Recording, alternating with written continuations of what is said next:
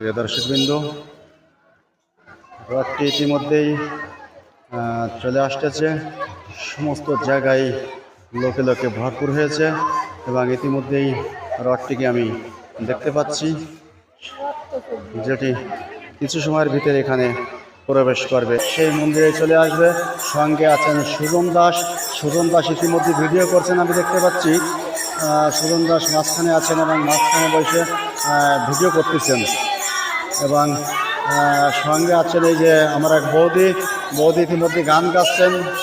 বৌদিকে বৌদিকে একটু ভালো করে দেখাই দিই। বৌদি ইতিমধ্যে গান গাচ্ছেন, বৌদিকেই দেখাই দিলাম আমি। সেটা আপনারা দেখতে পারবেন যে একটিকে এমনিই তারা টেনে এখান দিয়ে নিয়ে যাচ্ছেন, দেখতে পাচ্ছি আমি।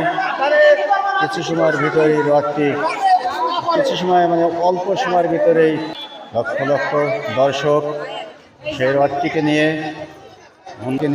তারা এখান থেকে সেই কালীখোলার ভিতরেই প্রবেশ করছেন। প্রায় 1 কিলোমিটার নিয়েই লোকে লোকে ভরপুর, সেটা আপনাদের দেখানোর চেষ্টা করছি।